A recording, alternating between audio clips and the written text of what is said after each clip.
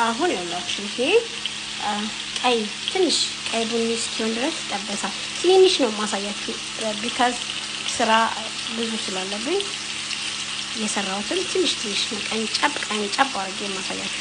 ስትጠብሷት ይሄን ቀይ ቡኒ እስኪሆን እንደዚህ ነው ማለት ነው። ቀይ ቡኒ እስኪሆን ስጋዋን ደግሞ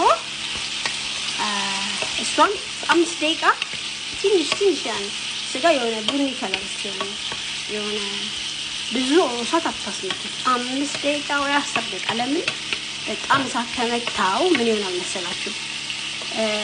ይይዛል፣ ያዝ ያደርጋል። ቀቅሉኝ ወይም የሆነ ነገር አድርጉኝ ይላል ማለት ነው። ስለዚህ ትንሽ ጥቁር ቅመም ታደርጉበታላችሁ። ጨው እኔ የማደርግበት ጥቁር ቅመም፣ ጨው አንድ ኮሪያንደር ማለት ፍሬሽ ትንሽ ለሽታ ፍሬሽ ምንድነው ክዝብራ በእኛ ሀገር ምንድን ይባላል?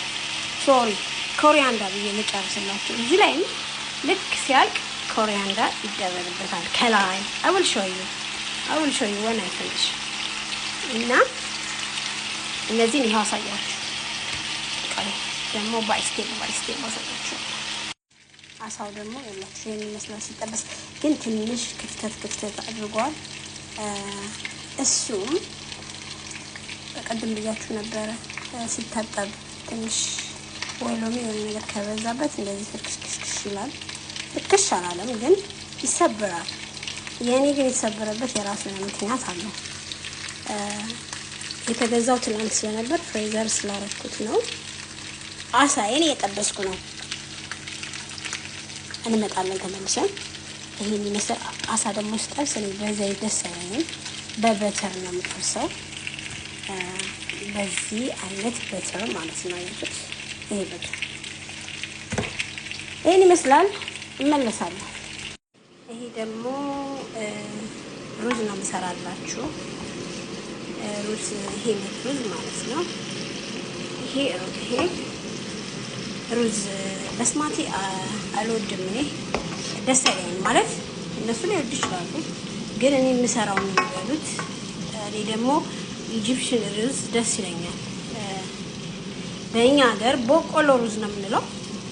በቆሎ ግን ስታንዳርዱን የጠበቀ ነው የዚህ ሀገር በቆሎ ቢሆንም አይጣበቅም፣ አይፈረካከሽም። እና ይሄን ይመስላል። ሩዙ ደግሞ ስጨርስ ሁሉን ነገር አሳያችኋለሁ። እሺ ይሄን ይመስላል ሩዙ ከዚህ ጋር ከሽንኩርት ጋር ጥብስ ኤቭሪቲንግ አይዱ በተር። እኔ በተር እወዳለሁ። ትንሽ በተር አድርጋለሁ፣ ብዙም አይደለም። ያው ያስታውቃል።